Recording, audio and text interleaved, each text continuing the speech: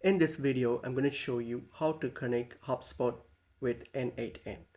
So open up N8N and log into your account and then click on the create workflow option on your top right here to start a new workflow, and then hit on the add first step option here, and this will open up this box here. In the search box, search for HubSpot. Okay, and then select HubSpot, and then from the actions here you can just choose any actions that you require, that you want to do. For example, like create a company, click on it. So click on the action and this will open up this box here where we go to set up the parameters.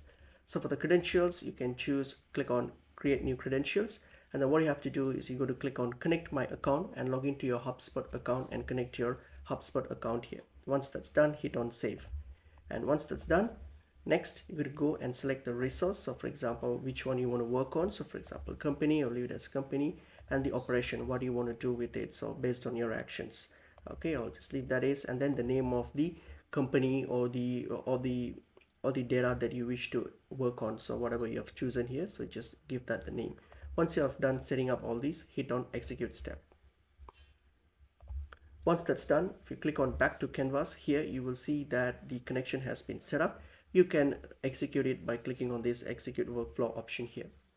That's basically pretty much it is.